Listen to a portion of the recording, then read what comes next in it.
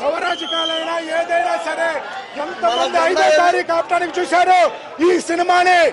India మొత్తం ఎవరు ఎన్ని అడ్డంకులు ఎదురొచ్చినా ఈ సినిమాని ఎవరు ఆపలేరు.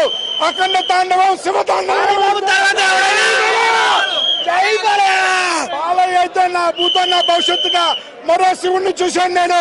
మాకు శివుడు ఎలాగుంటాడో తెలియదు, అది బాలయ్య రూపంలో చూసాను.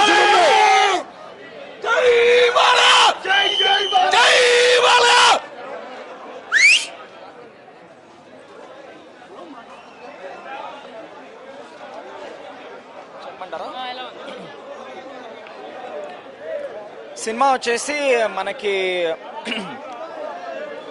ఫస్ట్ హాఫ్ వచ్చేసి చాలా బాగుందండి.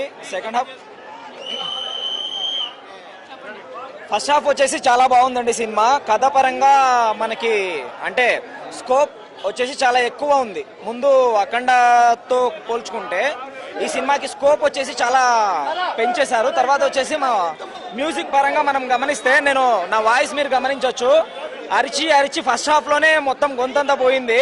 ఫస్ట్ హాఫ్ అంటే ఇంటర్వెల్ సీన్ ఏదైతే ఉందో ఆ సీన్ మనకి పైసా వసూలు సీన్ అని చెప్పేసేయచ్చు. ఆ తర్వాత నేను ముఖ్యంగా చెప్పేది ఏంటి అంటే, దేశంలో ధర్మానికి సంబంధించి